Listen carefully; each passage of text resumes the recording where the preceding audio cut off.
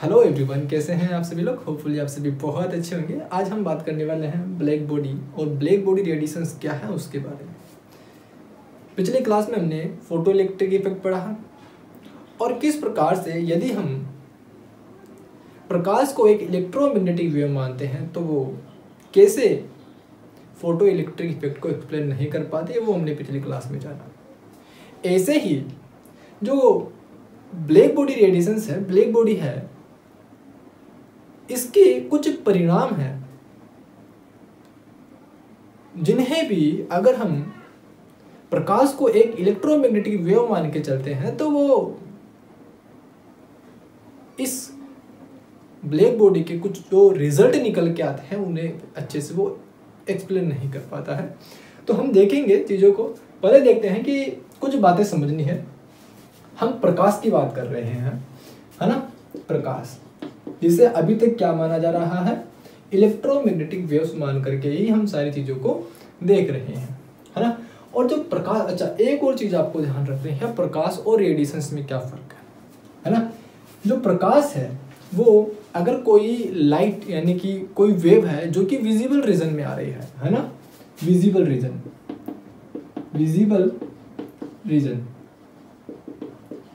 अगर कोई wave visible region में आ रही है तो वो प्रकाश है, उसके लिए हम लाइट यूज करते हैं, लाइट यानी कि प्रकाश वर्ड को यूज करते हैं। लेकिन अगर कोई वेव है, यानी कि रेडिएशन का मतलब क्या है, रेडिएशन यानी कि जो वेव्स इनविजिबल रीजन्स में आ रही हो, जैसे कि कोई अल्ट्रावायलेट रेस है, IR रे से ही आपकी माइक्रोवेव्स हो गई। तो जो भी वेव्स इनविजिबल रीजन्स में आएंगी उसके लिए हम वर्ड यूज करेंगे रेडिएशंस, और जो विजिबल रीजन्स में आएंगे उसे हम प्रकाश यूज करते हैं। बात समझ में आ गई। तो देखिए यहां पर एक साइंटिस्ट थे किरचॉफ, उन्होंने अपने जीवन में कुछ स्टडीज की, कई सारी स्टडीज की, और उनमें से इनकी एक काफ़ी इंपॉर्टेंट स्टडी सामने निकल के आती है जिसके बारे में भी हम डिस्कस करेंगे। इन्होंने बताया इनकी स्टडीज में क्या था कि कोई एक वस्तु है, कोई थिंग है, ये कोई एक वस्तु है। इस वस्तु पे अगर हम किसी रेडिएशंस को या फिर प्रकाश को हम गिराते हैं, ये क्या है, प्रकाश या फिर रेडिएशन, ठीक है, या फिर क्या है, रेडिएशन है। जब हम इस प्रकाश को या फिर रेडिएशंस को इस किसी भी वस्तु, कोई भी वस्तु हो, आपके पास कोई आसपास कोई भी वस्तु, जैसे कि ये बोर्ड हो गया, ये मार्कर हो गया, हमारी पूरी ह्यूमन बॉडी हो गई, किसी भी प्रकार की थिंग हो, चाहे वो मेटल हो चाहे वो नॉन मेटल हो, एवरीथिंग, है ना। तो किसी भी वस्तु पे अगर हम प्रकाश को गिराते हैं, लाइट को गिराते हैं, रेडिएशंस को गिराते हैं, तो वहां पर 3 कंडीशंस हो सकती है।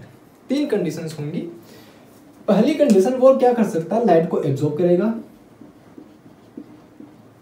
पहला क्या होगा, वो वस्तु इस लाइट को एब्जॉर्ब करेगी। अब जरूरी नहीं है कि वो 100% जितनी भी लाइट आ रही है उस पूरी लाइट को वो एब्जॉर्ब कर जाए। कुछ भाग को वो क्या करेंगे, रिफ्लेक्ट भी करेंगी। अगर 100% मान के चलते हैं कि 100% अपन इधर से भेज रहे हैं रेडिएशंस को, तो ये 60 to 80% जो है उसको एब्जॉर्ब कर लेगी और 20% भाग जो है उसको रिफ्लेक्ट कर देंगी। और साथ में इस वस्तु का जो टेम्परेचर है, क्योंकि हम एनर्जी दे रहे हैं, हीट दे रहे हैं, प्रकाश क्या है, एक एनर्जी है, सोर्स ऑफ एनर्जी है। तो जब हम इसको ऊर्जा देंगे तो इसका टेम्परेचर ना बढ़ना चाहिए, लेकिन इसका टेम्परेचर बढ़ता नहीं, क्या रहेगा, सेम रहेगा। क्यों? क्योंकि ये जो वस्तु है वो साथ के साथ क्या करती है, एनर्जीज को इमिट भी करती है, ये रेडिएशंस को इमिट भी करती है, और जो एनर्जीज यहाँ पे इमिट हुई है वो रेडिएशंस के फॉर्म में होती है। तो 3 घटनाएं घटित हुई है यहाँ पे। प्रकाश को यानी कि लाइट को एब्जॉर्ब किया, कुछ भागों को रिफ्लेक्ट किया, और कुछ भागों को उसने इमिट भी किया। समझ में आ गई। अब ना इसी को थोड़ा रिलेट करके अपन पढ़ते हैं। एक और बात है इसके अंदर कि यहां पर ना 3 चीजें हुई, रिफ्लेक्ट, एब्जॉर्ब और इमिट। जो ब्लैक कलर है, अगर हम ब्लैक कलर की बात करते हैं, ब्लैक कलर, ये जो आपको ब्लैक कलर दिख रहा है ना, अगर किसी वस्तु पर हम ब्लैक कलर पोत दें, तो इसका मतलब है कि उसने लाइट्स को एब्जॉर्ब कर लिया, जो लाइट्स आई है उसको एब्जॉर्ब कर लिया, उसने रिफ्लेक्ट किया ही नहीं। इसी वजह से क्या है, इमिट तो कर रहा है, इमिट तो वो कर रहा है, तभी तो वो वस्तु अपने को दिखाई दे रही है। अगर किसी कोई वस्तु, मान लीजिए किसी वस्तु पे ये बोर्ड है, ये वाइट अपने को क्यों दिख रहा है, क्योंकि इस पे लाइट गिरी है, और लाइट गिरने के बाद जो इससे इमिट हुई है वो हमारी आंखों में जा रही है, जिसकी वजह से अपने को ये बोर्ड वाइट कलर का दिख रहा है। तो ऐसे ही सभी के अंदर होता है। परंतु यहाँ पर क्या हुआ, इसने इस ब्लैक कलर से अगर हम किसी वस्तु को लेपित कर दे, पोत दें, तो जो लाइट्स आ रही है उसको एब्जॉर्ब कर लेगा, रिफ्लेक्ट करेगा नहीं, या फिर करेगा तो बहुत कम करेगा, जिसकी वजह से वो कलर्ड नहीं दिखा देता, वो पूरा का पूरा ब्लैक कलर दिखा देता है, क्योंकि आने वाली सभी लाइट्स को ये एब्जॉर्ब कर जाता है। और अगर सफ़ेद कलर है तो जो एब्जॉर्ब किया है वो सभी प्रकार की जो लाइट्स हैं उसको इमिट कर देता है। बात समझ में आ गई? तो जो ब्लैक कलर है वो एक गुड एब्जॉर्बर है। क्या है? ब्लैक कलर एक गुड एब्जॉर्बर है। और आपने देखा होगा कुछ वस्तुएं हैं जो कि चमकती है, कुछ वस्तुएं हैं जो चमकदार होती हैं, और चमकदार होने का मतलब क्या है कि वो जो लाइट्स आ रही हैं उसको ज़्यादा से ज़्यादा रिफ्लेक्ट कर रहा है, यानी कि कम से कम एब्जॉर्ब कर रहा है। जैसे कि पानी है, पानी पे लाइट गिरती है तो पानी चमकता है कि नहीं चमकता है? चमकता है, यानी कि वो चमक रहा है। तो उसने क्या किया होगा, जो लाइट्स आई हैं उसके भाग को उसने रिफ्लेक्ट किया होगा, और जो रिफ्लेक्टेड लाइट है जिसकी वजह से अपने को वो पानी चमकता हुआ नजर आता है। बात समझ में आई कि नहीं आई? अभी ना ये तो हो गई एक छोटी सी बात। अभी अपन अपने मेन मुद्दे पे चलते हैं, ब्लैक बॉडी के ऊपर, कि अगर कोई ऐसी वस्तु, यहाँ पे जो मैक्सिमम जो आपके आसपास की जो थिंग्स होती है वो सभी ऐसी होती है जो कि रिफ्लेक्ट भी करेंगी, एब्जॉर्ब भी करेंगी और इमिट भी करेंगी। परंतु कुछ वस्तुएं अगर ऐसी हैं, कोई वस्तु अगर ऐसी है, ये कोई वस्तु है, अगर कोई ऐसी वस्तु है जहाँ पे कोई लाइट या फिर रेडिएशंस गिर रही है ना, ये है अपनी लाइट। अगर कोई प्रकाश या फिर रेडिएशन इस पे गिर रहा है तो उसके 100% भाग को वो एब्जॉर्ब कर लेगा। क्या कर लेगा? एब्जॉर्ब। और कितना करेगा? 100% भाग को ही वो क्या कर लेगा? एब्जॉर्ब कर लेगा, यानी कि वो रिफ्लेक्ट करेगा ही नहीं। वो किसी भी प्रकार की लाइट को रिफ्लेक्ट नहीं करेगा। किसी भी प्रकार की आवृत्ति की प्रकाश, किसी भी प्रकार की वेवलेंथ की रेडिएशंस आप इस पे गिराओ, सभी प्रकार की वेवलेंथ की लाइट को, सभी प्रकार की फ्रीक्वेंसीज की लाइट को ये एब्जॉर्ब कर लेगा। और एब्जॉर्ब करने के बाद ये उसे इमिट भी कर देगा। क्या कर देगा? इमिट भी कर देगा, इमिट भी कर देगा, उत्सर्जित भी कर देगा। और ऐसे में इसका जो टेम्परेचर है वो क्या रहेगा? कांस्टेंट। क्योंकि जितनी एनर्जी उसने ली है उतनी ही एनर्जी उसने वापस से रेडिएशंस के फॉर्म में इमिट कर दी है। तो ब्लैक बॉडी एक सबसे अच्छा एब्जॉर्बर, क्योंकि वो 100% एब्जॉर्ब कर रहा है, और साथ ही सबसे अच्छा रिफ्लेक्टर भी है, क्योंकि वो वापस से रिफ्लेक्टर नहीं, इमिटर भी है, क्योंकि वो 100% वापस से इमिट भी कर रहा है। तो ऐसी वस्तुओं को हम जो आने वाली सभी लाइट्स की, सभी वेवलेंथ्स की लाइट्स को एब्जॉर्ब कर ले और इमिट भी कर दें, तो ऐसी बॉडीज को हम कहते हैं ब्लैक बॉडी। तो ये क्या है? हमारी ब्लैक बॉडी। और इमिट भी क्या करेगा? वो 100% लाइट को कर देगा। ठीक है, जितनी एनर्जी इसने इधर से ली है उतनी एनर्जी वापस से रेडिएशंस के फॉर्म में उसने इमिट कर दी, जिसकी वजह से क्या हुआ, ये इसका जो टेम्परेचर है वो कांस्टेंट रहा। बेटा समझ में आ रही है बात? और एक और बात, यहां से जो रेडिएशंस इमिट हुई है, यहां से जो रेडिएशंस इमिट हुई है जो कि ब्लैक बॉडी से इमिट हुई है, इसे हम कहेंगे ब्लैक बॉडी रेडिएशंस। ये जो रेडिएशंस यहां से इमिट हुई है, इन इमिटेड रेडिएशंस को हम कहेंगे ब्लैक बॉडी रेडिएशन, यानी कि कृष्णिका विकिरण हम इसको कहेंगे। बोलो बेटा समझ में आया कि नहीं? फटाफट इसको नोट करो, उसके बाद हम चलते हैं आगे। तो यहां से अपने को एक बात जो है वो अच्छे से समझ में आ रही है कि जो ब्लैक बॉडी है वो लाइट को रिफ्लेक्ट नहीं करेगी, वो जितनी भी लाइट आएगी उसको एब्जॉर्ब कर लेगी, और एब्जॉर्ब करने के बाद उसको इमिट भी करेगी, और इमिटेड रेडिएशंस को हम कहेंगे ब्लैक बॉडी रेडिएशंस। अब जैसे कि हम मान के चलते हैं, कोई एक एग्जांपल है, जैसे कि लोहे की छड़ है या फिर कोई लोहे की वस्तु है, और उस लोहे की छड़ को मान के चलते हैं ये एक रोड है लोहे की। इस लोहे की रोड को हम क्या करने वाले हैं, हीट करने वाले हैं, गर्म करने वाले हैं। हमने ये तो देख ही लिया कि कोई भी वस्तु है उसको एनर्जी दोगे तो एब्जॉर्ब करेगी, और एब्जॉर्ब करने के साथ वो रेडिएशंस के फॉर्म में एनर्जी को फिर से इमिट भी करेंगी। अब जब हम इस रेडिएशंस को हीट देना शुरू करेंगे, यानी कि इसका तापमान बढ़ाएंगे, यहाँ से अपने पास क्या है, ये अपन ने भट्टी जला दी, और इसका मतलब अपन यहाँ से क्या कर रहे हैं, इस लोहे की रेड को अपन क्या कर रहे हैं, तापमान दे रहे हैं। ये क्या है, आपके लोहे की छड़। इसका एग्जांपल मैं आपको इसीलिए बता रहा हूँ क्योंकि ये आपने जनरली देखा होता है कि किसी भी लोहे को अपन गर्म करते हैं तो वो किन कलर्स में परिवर्तित होता है। आपने ये तो देखा ही होगा, और हर एक स्टूडेंट ने, हर एक बच्चे ने ये काम तो किया ही होगा। घर में है गैस स्टोव है, उस पर जाकर के किसी लोहे की या फिर चमची वगैरह है, किसी भी चीज़ को आप जाकर के गर्म करने लग जाते होंगे। तो ये एक कॉमन एग्जांपल है, इसी वजह से अपने इस एग्जांपल को लेके चल रहे हैं ताकि आपको अच्छे से ये जो है इमेजिनेशन आपके अंदर आप इस कल्पना कर पाओ। ठीक है, जब हम इसको धीरे धीरे गर्म करते हैं, जैसे कि तवा है, तवे को आप धीरे धीरे गर्म करिए। जब आप तवे को धीरे धीरे गर्म करेंगे तो आप उस पर चपाती डालने से पहले क्या करते हो, उस पर हाथ ऊपर की तरफ हाथ लेके जाते हो कि ये गर्म हुआ कि नहीं हुआ। उसको टच तो करते नहीं हो, लेकिन आप उसके ऊपर हाथ लगाते हो, हाथ फेरते हो, यानी कि ऊपर की तरफ हवा में हाथ लेके जाते हो। तो आपको एहसास होता है कि वहाँ से कुछ हीट निकल रही है, और वो हीट आपके हाथों पे लग रही है, परंतु लोहे में कोई कलर नहीं दिख रहा है, और जो रेडिएशंस बाहर निकल रही है वो रेडिएशंस अपने को दिख नहीं रही है। ऐसा ही होता है, सुनना ध्यान से। हम सिर्फ उस रेडिएशंस को महसूस कर पा रहे हैं, उस एनर्जी को महसूस कर पा रहे हैं। इसका मतलब क्या हुआ कि हम किसी भी लोहे की वस्तु को, किसी भी वस्तु को अगर हम हीट दे रहे हैं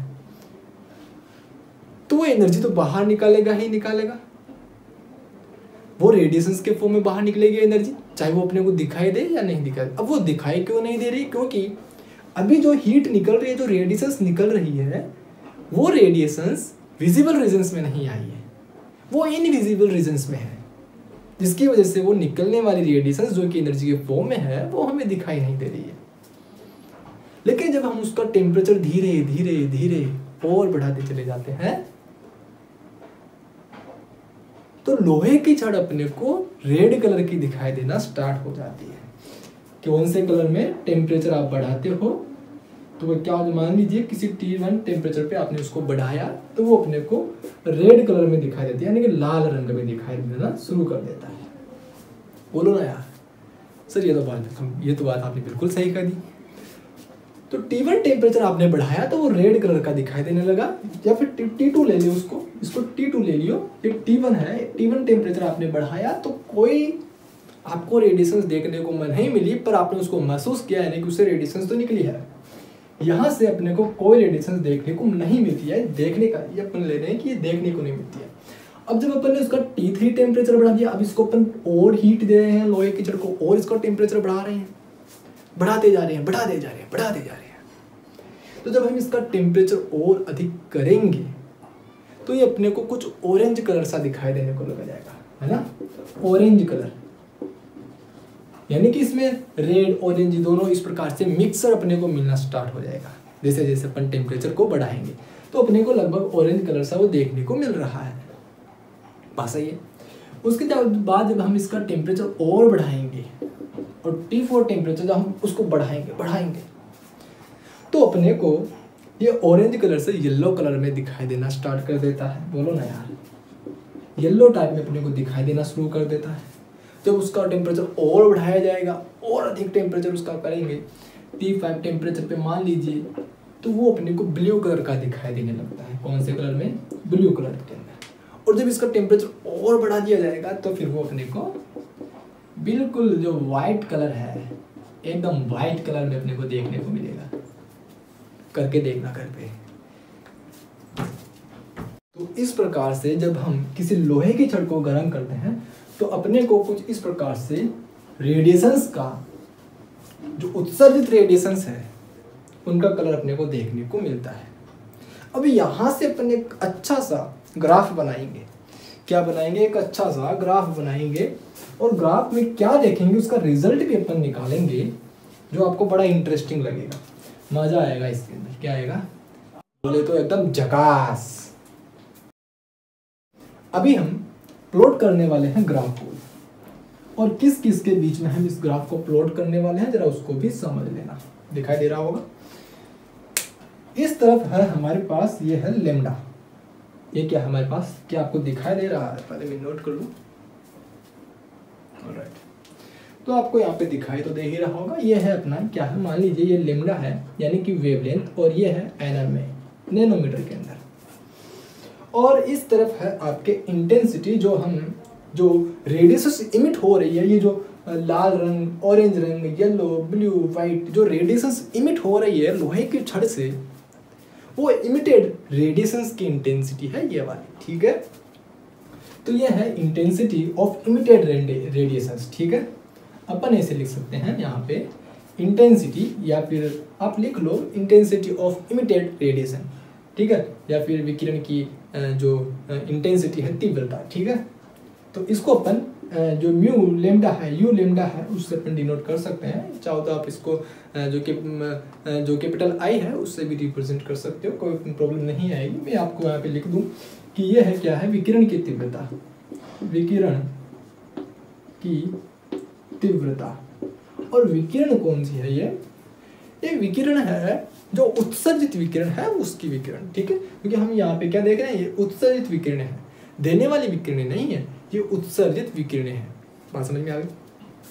जब हम इसके ग्राफ में प्लॉट करते हैं तो देखिए, शुरू में अपन ने हल्का सा टेम्परेचर दिया, तो क्या कोई जो विजिबल रीजन्स में अपने को रेडिएशंस नजर आए? नहीं आए।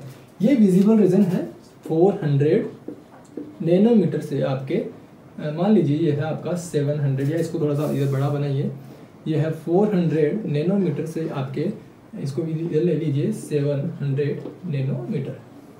ऑलराइट, तो क्योंकि ये विजिबल रीजन है और इस रेंज में स्टार्टिंग में अपने पास कोई जो वेव है, रेडिएशंस है, वो नज़र नहीं आती है। इसका मतलब क्या हुआ कि इस तरफ यानी कि इनविजिबल रीजन में रेडिएशंस निकली होंगी, लेकिन अपने को महसूस तो हुई है, लेकिन अपन देख नहीं पाए उसको, है ना, जो अपन ने हाथ ऊपर किया था। तो ये रेडिएशंस जो है इसकी ताप बढ़ाया अपन ने, इंटेंसिटी मतलब कि ताप इंक्रीज करने पे क्या हुआ है, जो है इसकी इंटेंसिटी कुछ इस प्रकार से रही होगी। समझ में आया?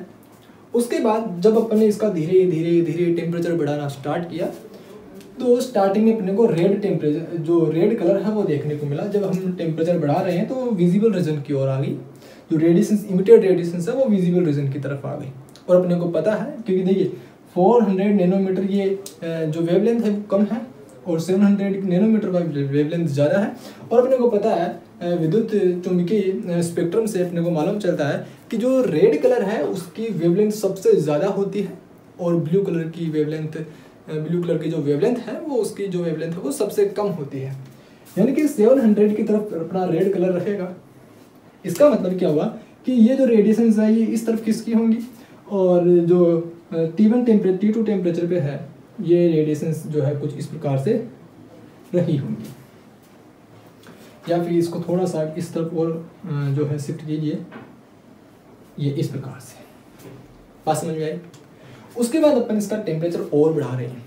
तो जब हम इसका टेम्परेचर बढ़ाते हुए जाएंगे तो इस प्रकार से जो है जो ग्राफ है वो अपने को देखने को मिलेगा। तो मैं प्लॉट करूंगा, अभी आपको चिंता करने वाली बात नहीं है। मैं T3 हो गया अपना, उसके बाद T4 टेम्परेचर पे जो ग्राफ है वो कुछ ऐसा अपने को देखने को मिलेगा, और T5 टेम्परेचर पे अपने को ये कुछ ऐसा मिलेगा, और T6 टेम्परेचर पे फिर अपने को ये कुछ ऐसा देखने को मिलेगा। ऑलराइट, अभी देखिए यहाँ पे क्या हुआ है कि अपन लाल से ब्लू की तरफ जा रहे हैं। इसका मतलब जो लेम्डा का मान है, जो वेवलेंथ है वो कम हो रही होगी।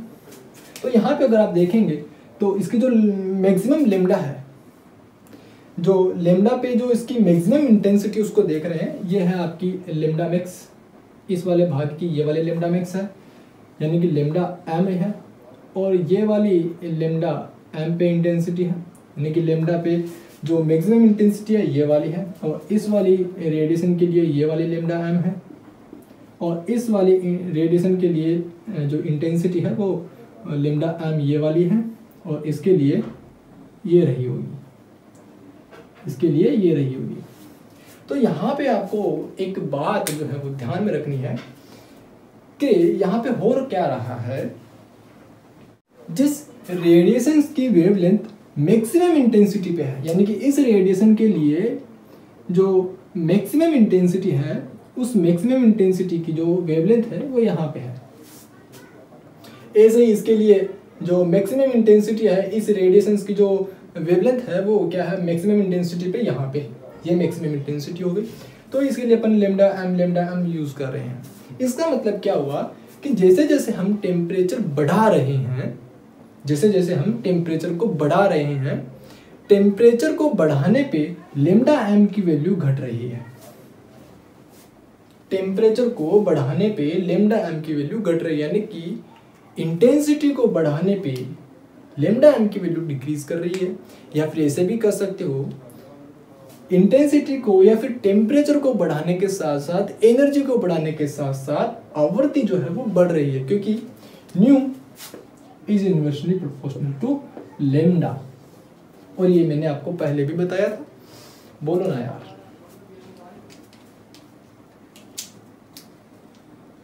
तो ये एक पूरा एक्सपेरिमेंट किया हुआ डाटा है, ये पूरा एक्सपेरिमेंटल वैल्यू है। जो एक्सपेरिमेंट से जो ग्राफ मिला है वो कुछ इस प्रकार का मिला। यहां से एक लॉ आता है, wins displacement law, wins displacement law. और उन्होंने जो विन्स है, उन्होंने यहां से एक रिलेशन निकाला, एक बात उन्होंने बताई कि जो लेमडा एम है, लेमडा एम टी के यानी जो तापमान है उसका गुणांक होगा, और उसकी जो वैल्यू है वो एक कांस्टेंट वैल्यू आती है, और कांस्टेंट वैल्यू होती है 2.898 मल्टीप्लाई 10⁻³ यहाँ पे होता है मीटर केल्विन। मीटर ये किसकी यूनिट है, वेवलेंथ की है, और टेम्परेचर केल्विन के अंदर, ठीक है। तो यहाँ से हम लेमडा एम की वैल्यू निकाल सकते हैं। ये विन्स ने बताया, यही विन्स ने बताया कि जो लेमडा मैक्स है, लेमडा एम है, इसकी वैल्यू अपन निकाल सकते हैं। और साथ ही एक और जो साइंटिस्ट थे, उन्होंने, जिनका नाम है स्टीफेंस, उन्होंने एक यहाँ पे जो पूरी रेडिएशन है, इस पूरी रेडिएशन की जो यानी कि जो एक ब्लैक बॉडी है, उस ब्लैक बॉडी से पर एरिया पर सेकंड कितनी रेडिएशन इमिट हो रही है, उसकी कैलकुलेशंस भी उन्होंने कर ली थी। और उसके लिए एक फॉर्मूला है, U इज इक्वल टू, जो U है वो डायरेक्टली प्रोपोर्शनल है T⁴, और U इज डायरेक्टली यानी कि ये एक सिग्मा T⁴। यहाँ से अपन किसी भी ब्लैक बॉडी के लिए जो रेडिएशन इमिट हो रही है पर सेकंड पर यूनिट एरिया, जो टोटल एनर्जी है, टोटल रेडिएशन की जो एनर्जी है, उसको अपन यहाँ से निकाल सकते हैं। परंतु एक बात यहाँ पे आती है कि ये लेमडा एम तो अपन निकाल सकते हैं, और रेडिएशन की, इस पूरी रेडिएशन की टोटल एनर्जी भी अपन निकाल सकते हैं। परंतु और ये जो बातें हैं, ये क्लासिकल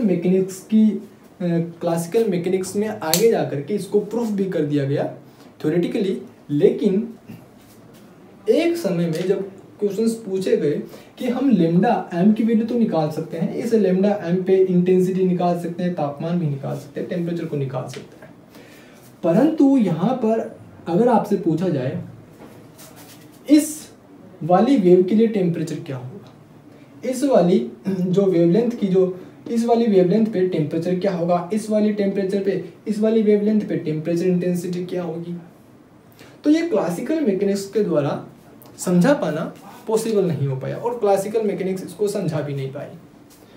समझ में आया? तो ऐसा क्यों हुआ? और एक और चीज कि इसका एक और बात सामने आई कि आगे चल करके एक साइंटिस्ट थे जिनका नाम था रेले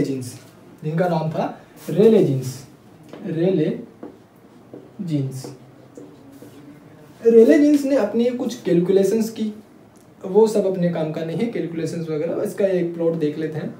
रेले जीन्स ने कुछ कैलकुलेशंस की और कैलकुलेशंस के बाद में उन्होंने कुछ अपने जो कैलकुलेशंस के अकॉर्डिंग है उन्होंने ग्राफ प्लॉट किया। और जब इन्होंने अपना जो ग्राफ प्लॉट किया है, थ्योरेटिकली था ये सारा सब कुछ, तो जब उन्होंने अपने थ्योरी के बेसिस पे, अपनी कैलकुलेशंस के बेसिस पे एक ग्राफ जो है कैलकुलेट करने पे उन्होंने पाया कि जो ग्राफ है वो कुछ इस प्रकार से आ रहा था। जो ग्राफ है वो कुछ इस प्रकार से आ रहा था, इस प्रकार से। जो ग्राफ है वो कुछ इस प्रकार से है। वापस से बनाते हैं, सही नहीं बना होगा। ग्राफ जो है बेटा कुछ इस प्रकार से आ रहा था, लेकिन एक्सपेरिमेंटली ग्राफ तो इस प्रकार से आया है। कुछ हद तक, कुछ समय तक तो यहाँ तक तो देखिए ये ग्राफ क्या है, एकदम बिल्कुल सिमिलर सा देखने को मिल रहा है। लेकिन बाद में जाके क्या हुआ, इसकी जो ग्राफ है वो कुछ इस प्रकार से आता है और एक्सपेरिमेंटली जो वैल्यू है वो कुछ इस प्रकार से आती है। तो इसके बारे में भी क्लासिकल जो मैकेनिक्स है वो नहीं समझा पाए। इसके बाद जो मैक्स प्लांक्स आते हैं उन्होंने इसमें कुछ संशोधन किए, जिसके बाद ये जो एग्जैक्ट डाटा है वो मिल जाता है। समझ में आई? तो यह है आपकी ब्लैक बॉडी और ब्लैक बॉडी रेडिएशन से रिलेटेड कुछ चीज़ें, और किस प्रकार से अगर हम वेव को जो यानी कि जो प्रकाश है उसे अपन एक इलेक्ट्रोमैग्नेटिक वेव मान के चलते हैं, तो एक्सपेरिमेंटली अपने को यह डाटा मिलता है। परंतु अगर अपन प्रकाश को इलेक्ट्रोमैग्नेटिक वेव्स माने तो कैलकुलेशंस के बाद कुछ इस प्रकार का डाटा मिलता है। और इन चीज़ों को इलेक्ट्रोमैग्नेटिक वेव्स के द्वारा एक्सप्लेन नहीं किया जाता। इसके बाद की जो बातें हैं वो हम नेक्स्ट क्लास में पढ़ेंगे, जिसमें हम जो इन चीज़ों में सुधार जो है, ये जो पूरा ग्राफ है वो प्लांक ने जो है वो अच्छे से एकदम बढ़िया तरीके से उन्होंने बना दिया था, उनसे मैच भी कर गया था। तो चीज़ों को आगे समझेंगे। तो आज के लिए बस इतना ही है, मिलेंगे नेक्स्ट क्लास में। तब तक के लिए thank you so much for watching this video. और हाँ, जय किसान, जय भारत, वंदे मातरम।